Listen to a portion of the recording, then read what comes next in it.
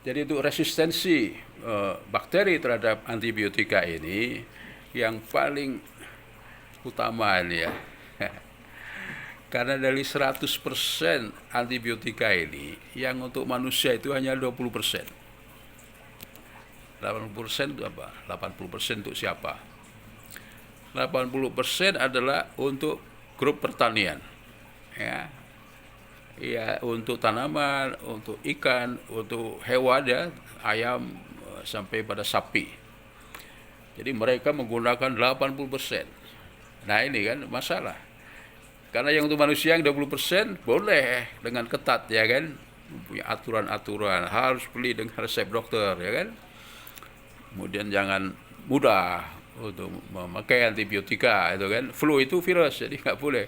Tapi di Indonesia ini antara flu dari virus maupun bakteri ini campur aduk ya. Jadi kalau Anda melihat orang kalau sudah batuknya ini kuning itu sudah campur bakteri, itu harus pakai antibiotika ya kan. Nah, tapi sekarang harus pakai resep dokter. Oke. Ya. Tapi tadi itu yang 80% ini belum dikendalikan istilahnya dengan baik ya kan. 80% kan. Jadi sampai pada inseminasi kehamilan buatan ya pada sapi itu juga memakai antibiotika ini. Apalagi membawa udang dari Surabaya ke Jakarta, kasih antibiotika, ikan, udang dan sebagainya itu daging supaya awet, ya kan? Sampai pada ayam, ya kan?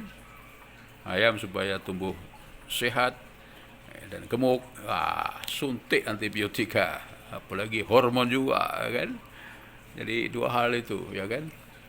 Jadi kalau Anda beli fried chicken itu tidak hanya kelihatan mata itu chicken, tapi ada bonus di dalamnya adalah antibiotika. Jadi hati-hati ya. Jadi yang aman sebenarnya adalah ayam kampung ya kan, cuma agak alot ya. Caranya mudah, di presto. Presto akan empuk itu kan. Atau ya tadi susah ya, ayam yang bebas daripada obat ya kan. Sehingga yang coba dihindari kalau makan ayam itu ya bagian-bagian yang pengumpul atau tempat disuntikkannya obat itu ya, misalnya di sayap, wah tapi gurih itu saya. Di kaki, oh itu kan banyak vitamin D-nya, ini banyak tapi obat-obat semacam antibiotika, hormon dan sebagainya itu di situ gitu kan, kepala, nah, itu enak-enak semua memang ya kan. Oke, itu stresnya bahwa 80% tidak dikontrol dengan baik ya, karena dipakai untuk ternak ikan dan sebagainya. Nah, yang 20% boleh ketat, tapi kan kalah ya kan. Tadi dari makanan utamanya kan, kemasukan kita bakteri-bakteri pada hewan yang kemudian nanti ke manusia ya menyesuaikan diri gitu kan, bermutasi.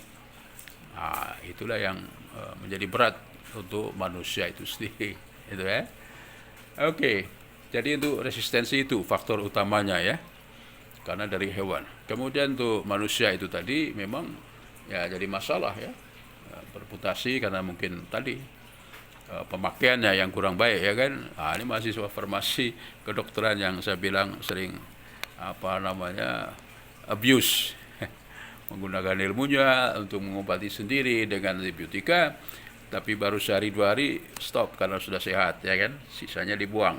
Nah, ini yang membuat kemarin saya bilang bakteri yang pingsan kemudian bisa sembuh lagi dan dia menjadi resisten. Oke, jadi nanti Anda lihat di resistensi ya bakteri terhadap antibiotika, sehingga nanti sejak zaman dulu pun penisilin sama-sama sulfonamida, maka setelah dipakai dalam waktu kira-kira 10 tahun ya muncul bakteri yang resisten. Semakin tahun yang baru semakin cepat resistensinya. Ya, ini kalau kita lihat di tabel yang paling bawah itu nomor 3 dari bawah, ciprofloxacin. Itu awal tahun dipakai, ya, diproduksi, akhir tahun sudah resisten. Ya, sudah ada bakteri-bakteri yang resisten. Makanya itu penelitian yang bagus sebenarnya kan. Jadi di samping untuk pasien tadi juga untuk warning, ya kan. Wah, antibiotika ini sudah ada yang resisten, hati-hati gitu kan. Ini kan sesuatu yang nggak kelihatan memang, ya kan, seperti virus ini gitu, tapi bisa menular kemana-mana sehingga nanti bermasalah tadi, ya, berakibat pada pengobatan pada pasien itu sendiri. Oke. Jadi kemarin mekanisme, ya, terjadinya resistensi, saya mengulangi lagi waktunya. Ada 5 poin, ya. Jadi yang pertama, perubahan target, atau kalau hubungannya Pak Tani Bu Tani itu perubahan daripada Ibu Petani, ya kan, dirinya sendiri, ya kan.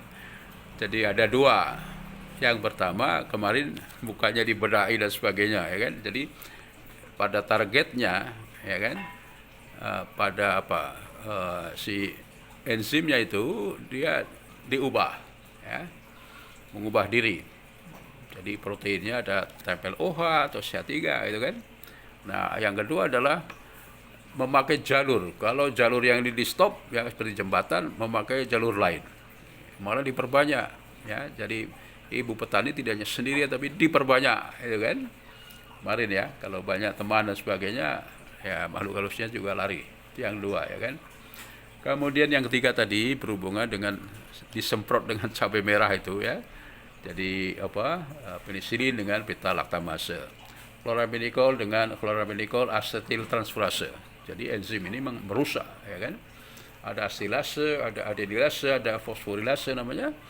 Adalah seperti tadi cabai yang disemprotkan pada makhluk halus tadi, ya kan. Jadi dinonaktifkan. Nah, yang lain nanti ada pelindung-pelindungnya, ya. Mulai dari membrannya, ya kan, dia akan lebih selektif, ya kan. Jadi di pintu sudah ada sensornya ini kan, kalau ada demit dia bunyi, dia pergi. Nah, yang terakhir kemarin saya katakan itu ajinya semar, ya kan, kentutnya semar, karena gambarnya nanti videonya kan Anda lihat. Jadi kalau ada obat masuk langsung didorong keluar, dipompa keluar, jadi seperti dikentutin dewa semar itu kan. Itu yang disebut kemarin efflux, ya, efflux. Nah, nanti dilihat lagi, ya. Itu jadi beberapa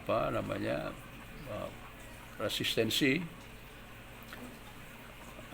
Kemudian terakhir adalah 3 penyebab penyebaran resistensi dari bakteri yang satu ke yang lain, itu 3 macam.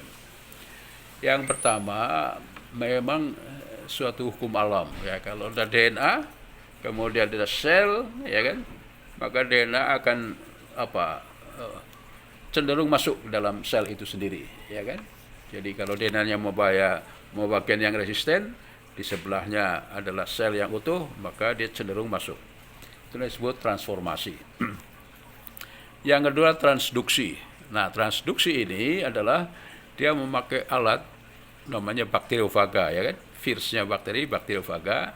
Dialah yang masuk ke dalam situ dulu, dialah yang memasukkan DNA itu ke dalam sel yang tadinya sensitif menjadi kemudian resisten, ya kan.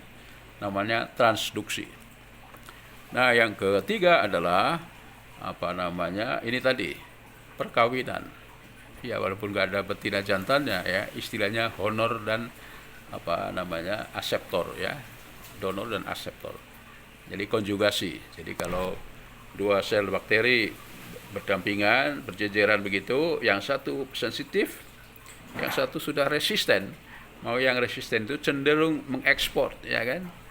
Gen yang resisten itu ke yang sensitif.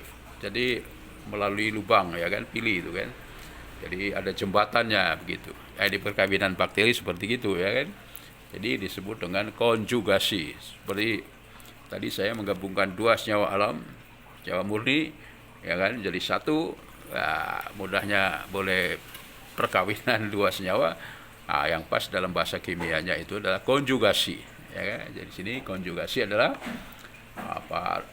sifat resisten ditularkan dari donor, ya, yang membawa gen resisten ke aseptornya, ya kan. Jadi ya seperti suami kepada istrinya kan begitu kan, suaminya donor, si istrinya aseptor kan begitu.